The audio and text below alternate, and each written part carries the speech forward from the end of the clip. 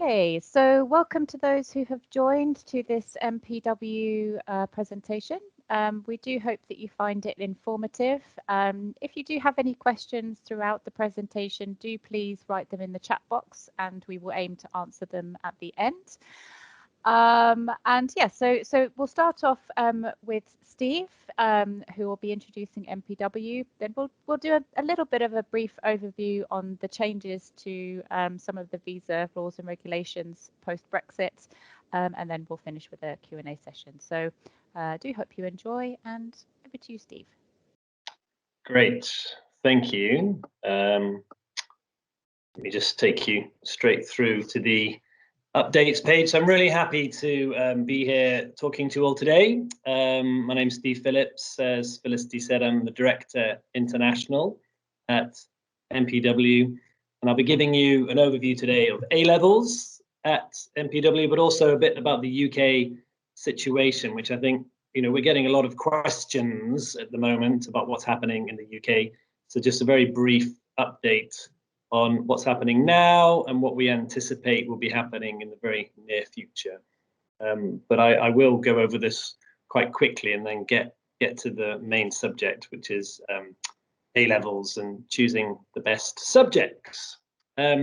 So the UK at the moment, well, we're a bit happier today than we were a few days ago because we have been given a roadmap out of the lockdown that we're currently in. I'm at home at the moment, but in a few weeks, I aim to be back in the office and children back at school, which is a really good progression from where we are today. And that is all to do really with the vaccination that's being rolled out at the moment in the UK. We've got more than 19 million people that have been vaccinated at the moment. 500,000 people are vaccinated each day. And we're really aiming towards a date in June, mid-June, actually 21st of June, where all restrictions will be lifted and society back to as normal as possible by then. So we're very pleased about that. There is remote learning in schools at the moment still. We are coping very well with that at MPW because we started doing that in March last year, as many of you and your children are going through that at the moment. So it is a good learning experience, but still not as good as the face-to-face and the in-classroom experience that we all hope for our children. So 8th of March is when we're looking to get the children and the pupils back in class in the UK. But of course, there will be hybrid learning because not everybody will be returning to the UK immediately. So there'll be a mix of in-class and remote learning. And then we're even more excited about September 21 and beyond, because we just anticipate that will be as normal as possible by that date and fully functioning back in the classroom experience with accommodation, etc., and extracurricular activities. So that's our roadmap at the moment, if you like, out of what we're experiencing at the moment. So MPW, Mander Portman Woodward, for those of you that don't know, has been around for a while, 1973, so almost 50 years. The three gentlemen that started the group were all Cambridge graduates, and they wanted to start a group, a learning experience, which looked at a slightly different way of learning, which was more individual and more following the university method than the traditional schools method. And that's been successful now since 1973. 3 colleges in London, Birmingham, and Cambridge. And unlike a lot of other international schools and college groups, we are very British, if you like, in a way, but also international. So we have this mix of 70-30, which is actually great for the international students to be mixing with a lot of British nationals, and especially because we keep the classroom sizes small, much smaller than average actually in the UK, with a maximum of 9. It really does give the international students the best possible experience of learning in an environment like that. So we're very pleased with our UK government inspection reports. There are 2, actually. One is Ofsted and one is ISI. And we are the only group actually in the UK that has the maximum scores consistently across all of our colleges. So each three have scored the maximum scores in both of those inspection reports, ISI and Ofsted. So something that we're rightly very proud of. And then A-level subjects, which we'll get to in more detail soon, we offer more than 40, which is a really wide-ranging choice of A-level subjects. And of course, you know, you ask the question, how then can I choose 3 subjects from this 40 plus? Well, we'll get onto that shortly. But of course, you know, every child, every pupil is different, and they will all have their own way of researching subjects and then what they want to do at undergraduate level. So our London College, for those of you that know, London is in South Kensington, a very nice part of London, just next to Hyde Park, with all the museums. Imperial College is just next door. It's the largest of the 3 MPW colleges. More than 600 students are in London, studying a mix of GCSEs, A-levels, foundation program, and of course our Easter revision course as well.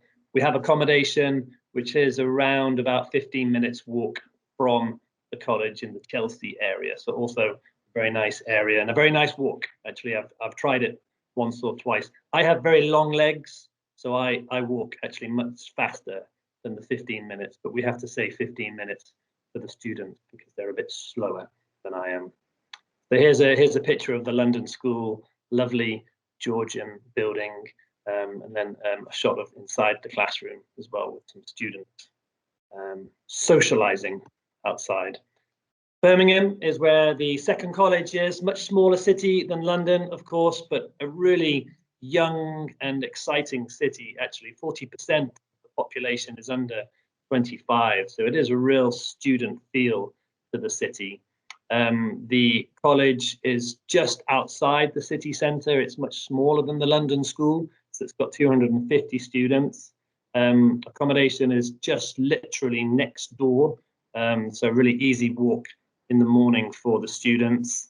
And again, choose from GCSEs, A-levels, and the NCUK foundation year program, and the Easter revision course that we have at the Birmingham location. And there's a picture. It's not the Georgian building style that we have in London. These are the Victorian buildings, and MPW is a series of buildings on that street.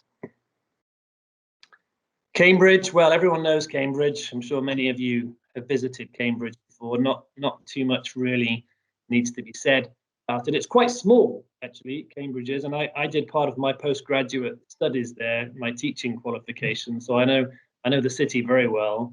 The university, of course, is the key attraction of Cambridge, almost 1,000 years old now, one of the oldest universities in the world. And MPW Cambridge is very close to the university, and all the different buildings and the faculties, which actually in Cambridge, most of the buildings are actually related to the university. And we have 2 accommodation blocks where the students can live. The larger one, again, is about a 15-minute walk from the college building. And again, slightly smaller than the London location, just over 200 students study there with GCSEs, A-levels, Easter revision, and again, the NCUK International Foundation Program. Well, that's not the MPW building, as you might guess. That is the university, probably one of the most famous, iconic photographs. So, of course, we all wish that we were there today on the River Cam, going down and pretending to be students and reading some very clever academic book, I'm sure. But that time will return when we can all go to Cambridge and visit it and go punting down the river. In fact, that is the MPW building, so about a 15-minute walk from the previous photograph, but a very nice, very quiet residential street, and again, the Victorian style buildings, some houses in a row. So, GCSEs, we'll just cover first looking at the subjects there. We do offer a lot of subjects at GCSE level with the different exam boards. There's not just one exam board in the UK, there's actually 4 or 5, and we work with all of them, actually, depending on which exam choice it is that students want. AQA is the largest probably in the UK, but there's Pearson, the CIE, which is Cambridge International Exams, OCR, which is the Oxford and Cambridge Board. So we don't just limit ourselves to one exam board. Actually, we work with them all depending on the subject choice. Here's an example of a timetable for the GCSE students. And I think probably the most important thing in here is actually the prep period, which is a really key offer for the GCSE students, because it is supervised study sessions. So it's not, we don't just throw subjects at them 9 to 5 and say, go in there and learn.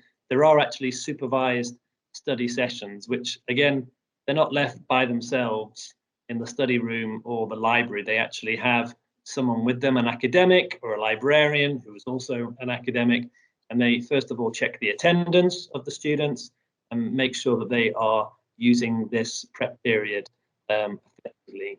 I'll get on to the slide in a moment about the Director of Studies and the personal tutors, but this is one of the key features of MPW, the individual attention that all of the pupils and students have in the colleges. So, you know, because we are not large classroom sizes of 15, 20 and 25, where students do get lost, in particular international students, the level of care, not just academic, but also pastoral care, so looking after their welfare, is really, really key.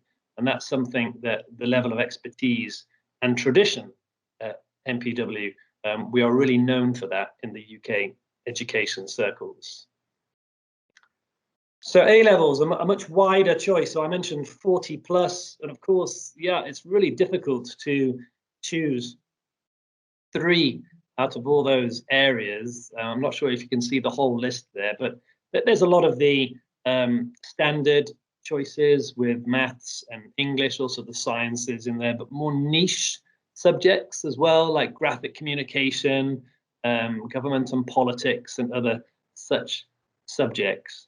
So, you know, the style of education in the UK for A-levels is different from a lot of countries around the world, where schools don't always specialize at this age 16 and 17. A lot of specialisms are left to the universities, but in the UK, we start specializing really from age 14 when students choose their GCSEs, 7 or 8 or 9 GCSEs, and then at A-level, generally they choose 3 subjects. And that, it's been around for a while actually, since the 1950s, but the UK A-level system, which the universities really like, is this specialism. It's specializing in subjects as young as a 16 and 17-year-olds, so that you can really become more informed with your university degree choice.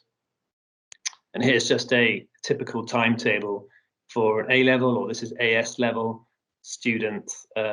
Every timetable at MPW is bespoke, and I think that's quite an important feature, actually. So, you know, we have over 1,000 students at the moment across our 3 colleges, and every single timetable is individual to the student.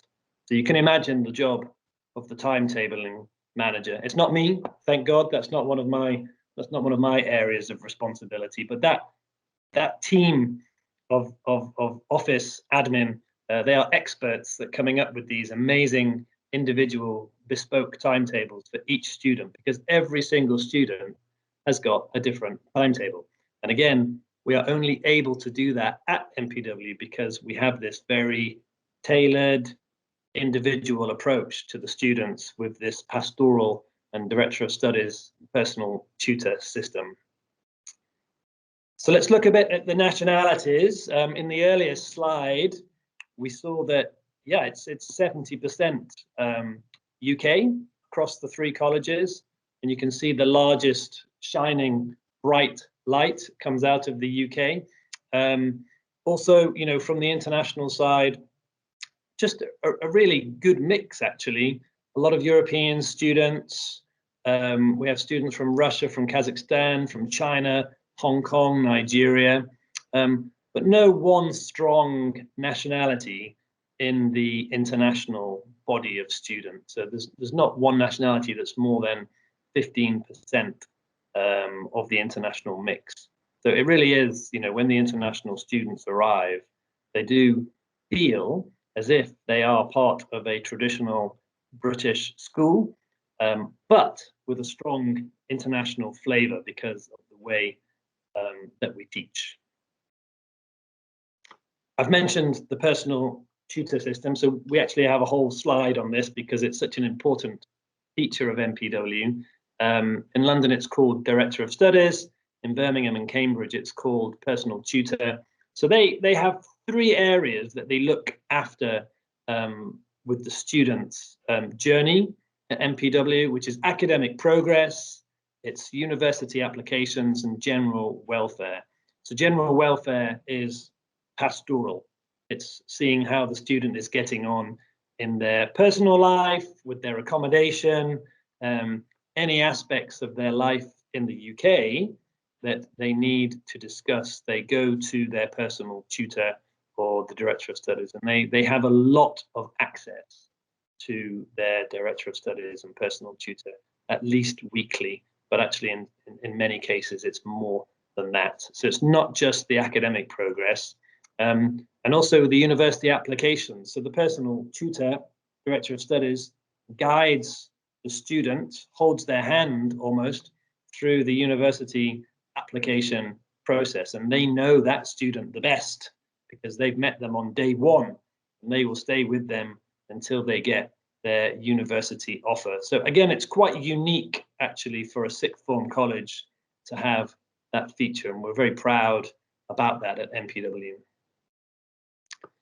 So A-levels, yeah, I've mentioned already it's been around since the 1950s, and it did replace something called a high school certificate, which I know still exists in a lot of countries, or a general certificate of education, which a lot of countries have as well. So we don't have that in the UK now in the majority of our schools. We have the A-level system, which is standardized across the UK, and it's specialized. So you are choosing these 3 subjects when you are 16 years old, basically, as a view of what you want to do when you go through to university and as a career choice for you. A-levels are internationally recognized. Mentions there, they normally study 3 subjects over the last 2 years, and then the pass grades are A star through to E, and exams taken. Not this year. This year it is different because we don't have summer exams this year. So we have tutor assessed grades, which is the same system as last year. And it's the same system, though these results will be released in August. And the exams, or the grading system, which will be a mix of coursework, meetings with your tutor, mock exams or mini tests, they will all be taken within the school. There'll be inside inside tests, so internal tests. They'll be taken in May and June. And again, this suits MPW actually because the people who will be deciding these grades for the pupils are their personal tutors and the directors of studies, who have been working very closely with the students already at A-level stage for 2 years, or actually for 4 years if the students joined us for GCSE.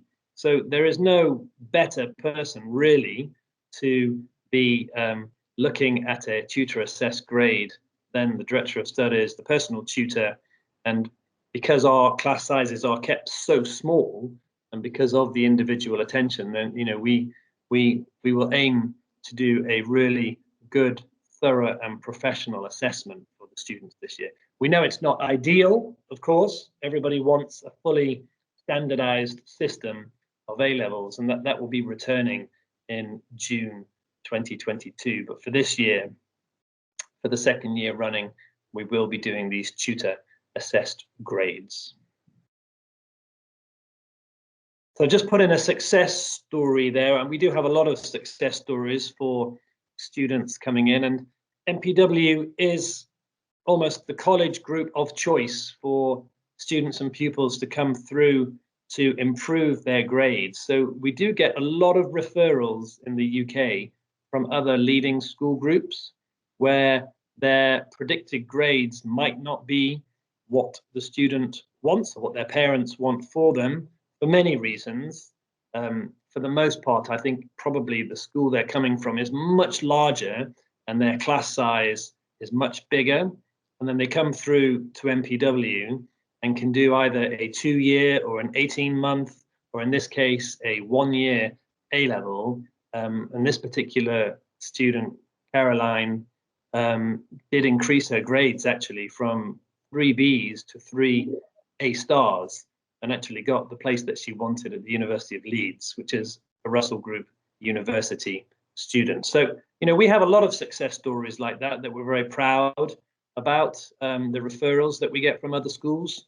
And it's really, you know, just to emphasize the bullet points on the side of this screen, those students wishing to secure top grades and aiming for, you know, their preferred university places. So it is, you know, we think it's a very positive choice. And I use the phrase transformational learning experience quite often, and I genuinely believe that is the case actually at MPW, because it is different to how other schools and colleges teach. It is a lot more individual.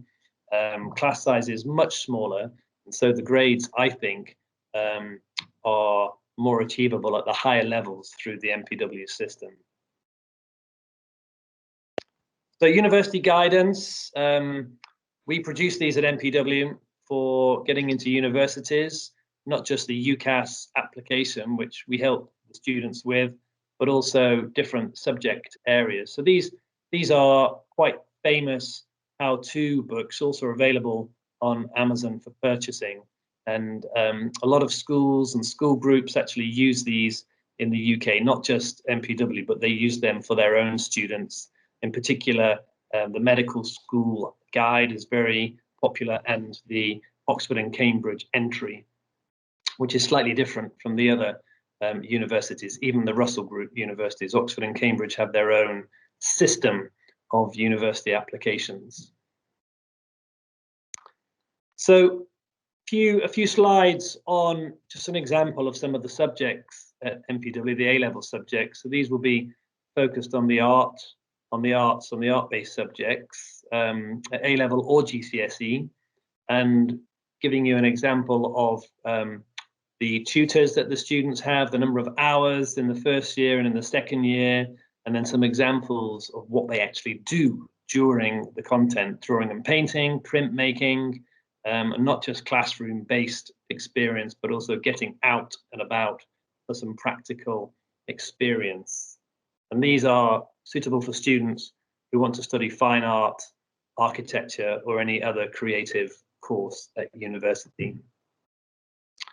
And there's, you know, I'm not an artist, but I always love looking at the work produced by students. A slightly scary one at the top, perhaps, but very, very impressive student work. And photography as well, so that's available at A-level and GCSE. Just what are the expectations about using various digital equipment? And again, suitable for students who want to study various forms of photography, not just photography, but also working in publishing and media, fashion, etc. That would be a popular A-level choice. And there's a few more images, some of the works from the students over the last couple of years. Yeah, so we have links with a lot of very good universities. Here's some examples from the one in London. Anyone interested in arts, photography, etc., would know about the University of the Arts London, UAL, or CSM, Central School St Martin's, which is also part of the University of the Arts London. And here are some of the visiting lecturers and workshops that we've had over the last couple of years.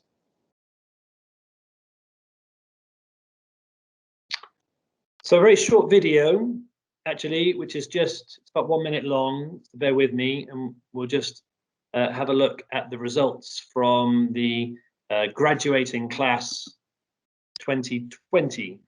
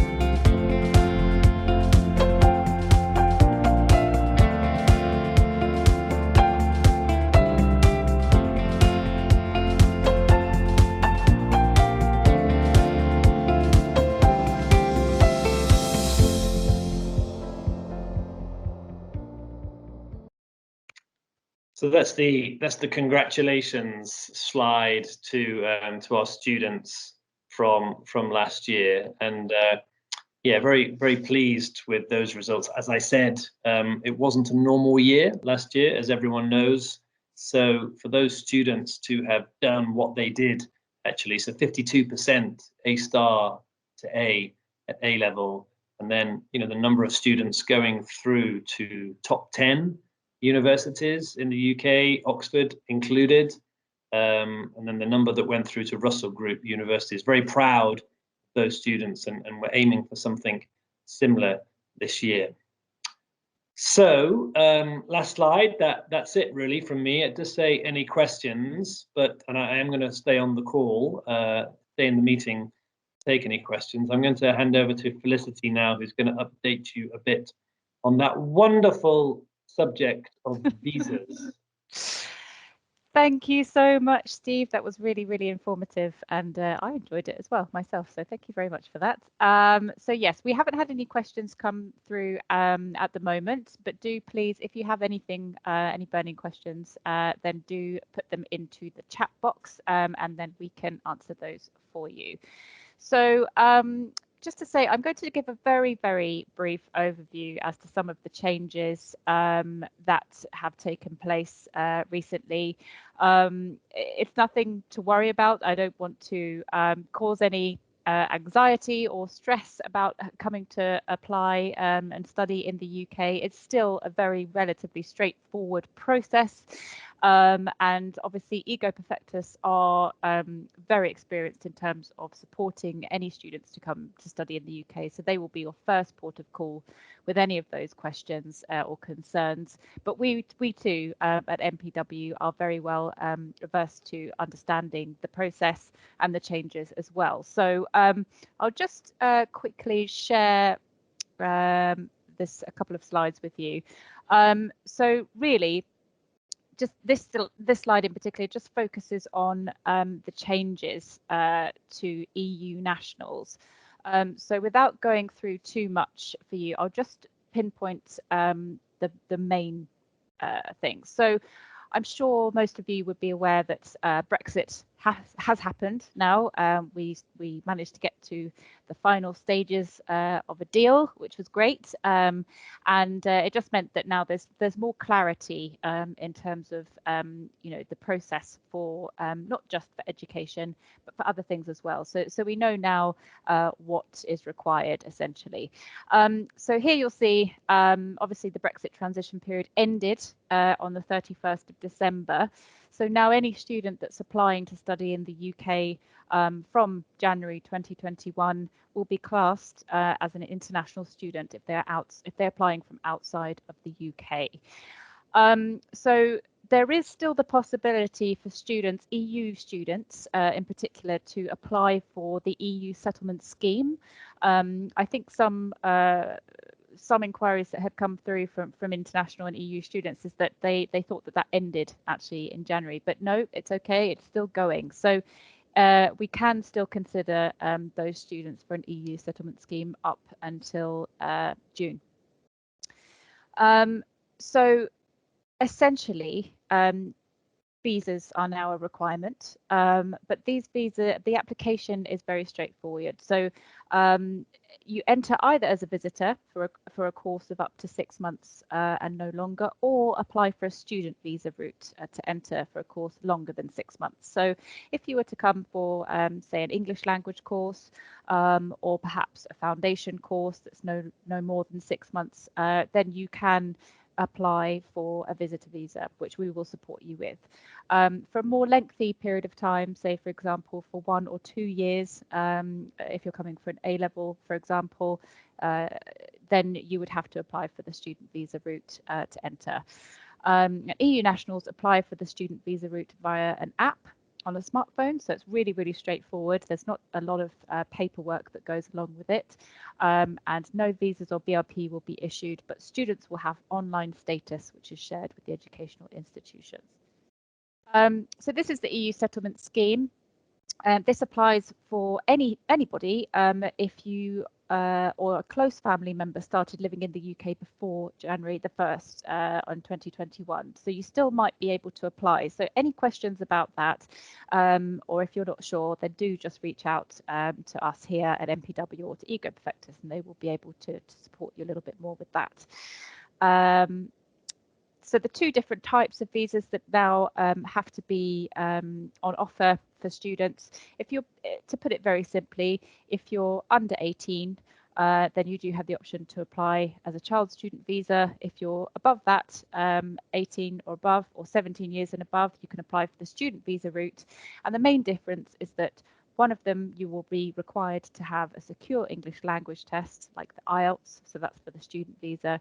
And for the child student, there's a little bit less paperwork that's involved. So really, it's a very straightforward process, not to worry you at all. There's a bit of information here in front of you, but we will be able to share this on our website as well. And we do have a direct contact for any of you interested in knowing a bit more about the visa application and how it works. And our dedicated person is called Shahina Tilak. And she is the head of compliance and international admissions. So she will certainly be on hand to support you with the application process and any questions or concerns that you have. But really, just wanted to emphasize that it is a straightforward process. It's nothing to be worried about. And, you know, as a recognised international sponsored institution, the MPW is, we are in place to be very, very supportive in that respect, and we do have everything that you would need for that process. So that's it from my side. I don't need to go into any more detail now, but again, there haven't been any questions that have come through, which is absolutely fine. We have recorded this session, so I'm sure it will be made available to you to watch again if you would like to. And then also we'll make it available on our dedicated MPW YouTube channel as well. So thank you very much from our side. Leanne, did you want to say a few words? Yeah, first of all, I wanted to actually ask one question, if I may, about the last slide, just to clarify, because one of the main concerns, especially with the younger students and younger student families, is the English language requirement. And if could you please maybe stress one more time, for this child student visa, they are not required to give any proof of English. Is that correct? Have I understood correctly? So not for the visa process. So they still need to have a certain level of English ability, and that would be based on the academic assessment. So that can be using either an international password test, which is what we offer free of charge online. Students can use that to benchmark their English language ability. And that is normally around about 5.5, no less than 5 IELTS equivalent. That's what we're looking for A-level students. So they can use that as proof of their English language level. And then any student who's applying for a student visa, which is, it used to be called a Tier 4 visa, and that's for students who are 18 or essentially coming for a shorter course leading on to a university program. Then they would need to apply and have proof of their English language level that is in the form of a CELT, which is a secure English language test. So the best way to kind of avoid any kind of form of worry about it, even if you don't necessarily require a CELT, get the IELTS anyway, because the IELTS certificate will just be another form and a valid form of proving the English language level. So I would recommend to all students, whether you're applying for a child student visa where you don't necessarily need it for the CELT, for the visa, then still get the IELTS anyway, because you've got that proof of English.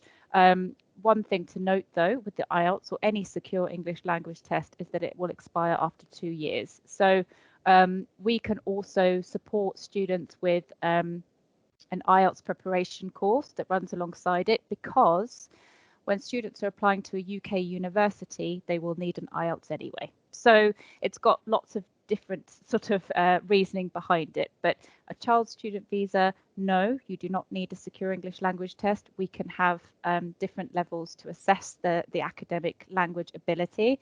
But for any student that's above that and needs a student visa, then they need to have a secure English language test, and that would be in the form of an IELTS. I hope that makes sense. Excellent. Thank you very much. Yeah, that did clarify, because obviously younger students are worried, and parents would like to have as much clarity as possible, and this will clarify situation. So thank you very much. And as you said, this recording will be distributed to any participants who are here today and who for some reason could not join. This will hopefully